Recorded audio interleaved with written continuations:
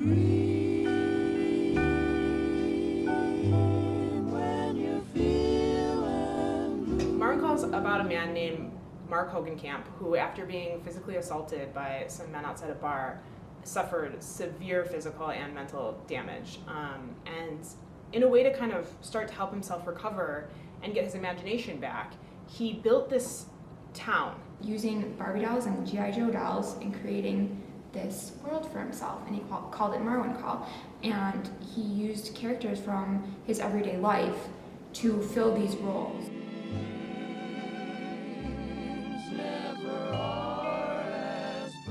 To me, Marwencol was mostly about the power of imagination and how imagination helps people process and heal through things. It's a story about how Mark was able to use this fantasy world that he created to live the life that he couldn't in his normal everyday world because of the disabilities, because of the head injury. One of the themes that had a lot of presence within this film was the idea and the concept of imagination. Initially, in the beginning of the film, Mark made it really obvious that when he needed to go through therapy to improve his cognitive abilities, once again, the last thing he wanted to lose was his imagination, and so he really had to foster that. Mark has his life in the real world, which doesn't seem to actually be as full as his life in Marwencol at times. You know, he has this job that he goes to once a week, and there are people that he knows, but it's like he recreates those people that he knows more fully in Marwencol itself. In Mark's fantasy world, it's a reflection of everything that's going on in the real world and everything that's going on in sort of his internal emotional life. When he gets angry, it's reflected in Marwencol. When he gets lonely, it's reflected in Marwencol. He uses Marwencol to cope with his issues. The first girl he got interested in after he recovered a little bit from his head injury, she was already married. He didn't know that. As soon as he found out, he was devastated, and he needed a new direction to focus his romantic interest. So he created himself a wife in Marwencol, and he sort of lived out that vicariously. I think that the filmmakers are definitely trying to argue at some points that, first of all, art can be healing, but also you can heal through art, right? There's even one example I think of this direct moment when he's talking to the filmmaker at the same time as he's manipulating some of his characters, and he says, wow, this is the first time that I've ever been able to do this. This is amazing. I'm amazed how I can talk about this and actually do it at the same time. That's a first. I don't really know if a person can ever be fully healed, especially from such a traumatic event, but I do think that Marwencol allows him, to go through that process of healing. I think that throughout the film there's definitely a struggle with this idea of identity and kind of finding your identity in the real world, where you don't feel like you fit in. I don't think that I would say that he, by the end of the film, has found this identity, because I don't think that I would necessarily say that anyone finds their identity in their life. Although he may still feel out of place in the real world sometimes, I think that he is really starting to find his place through Marwencol. The first night we went home to his apartment, when he got out of the hospital, he sees these whole shelf of high heels. And he says to me, do I have a girlfriend that lives here? And I said, no. And he says, well, what's with all the shoes? And I said, well, Mark, those are your shoes. You buy them, you collect them, and you wear them.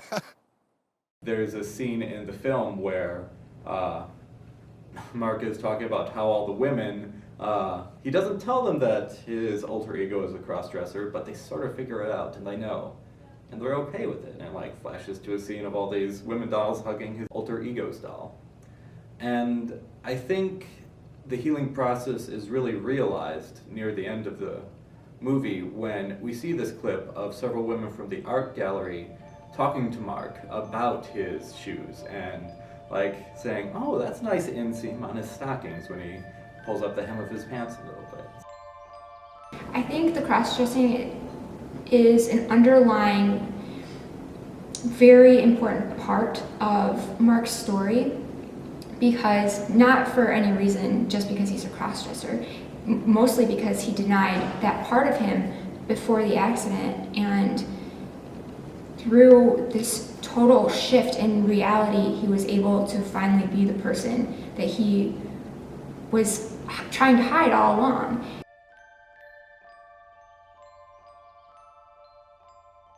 What I found interesting about this film was that it could have been filmed in so many different ways. It could have been filmed from an art point of view. It could have been filmed entirely leaving Mark out of the picture. But instead, what the filmmakers decided to do was they wanted to tell Mark's story. And they kind of kept their hands out of Marwencol. I mean, everything that we saw of Marwencol was a product of Mark himself, not of the filmmakers. I said, do you have any more of these? And he goes, oh, I've got thousands of them. And yeah, sure. Because I'm a photographer, I'm always curious, how do you manage all your assets and your negatives? And he goes, I'll never even keep the negatives, really. I think the negatives, I threw them away. If the filmmakers had decided to go in and take their own footage of Marwencol instead of using the photos that Mark had actually taken, the true reality of Mark's life would not have been portrayed as well as it was. We would have been getting a secondhand, inauthentic version of what Marwencol, his city, was like, and because we get to see it through Mark's photos, we really got a first-hand experience to his suffering, the times when he was angry, the times when he was happy or feeling lonely. We really got to feel those parts of his life.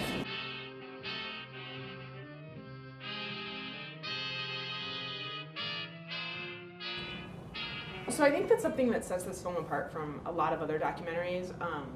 When you look at documentaries by people like Michael Moore, the arguments a lot of the times are so obvious and just kind of blatantly out there. A film like Roger and Me, like, they're clearly making an anti-corporation argument, a pro-middle class argument, something like that. But there wasn't as much of a clear argument for Marwencol. It really did seem like the filmmakers were really just trying to kind of capture this moment in time in Mark's life, and the work that he did and what that meant in the real world and in his reality that he's created. If someone who has experienced that much trauma in their life is able to do amazing things with art and not even realize it, imagine what you can do when you have all the resources available to you now. And I feel that that's what the filmmakers really thought was what was most important, was taking full advantage of things like our imagination. I think that the overall voice of the film really had a lot to do with just human potential, and just kind of showcased that, humans, even in times of trouble, we are really capable of doing very great things. And so I think the kind of main voice throughout the film was just this idea of, like, look at what this man has done. It's really incredible, and everyone should see this and be inspired by it.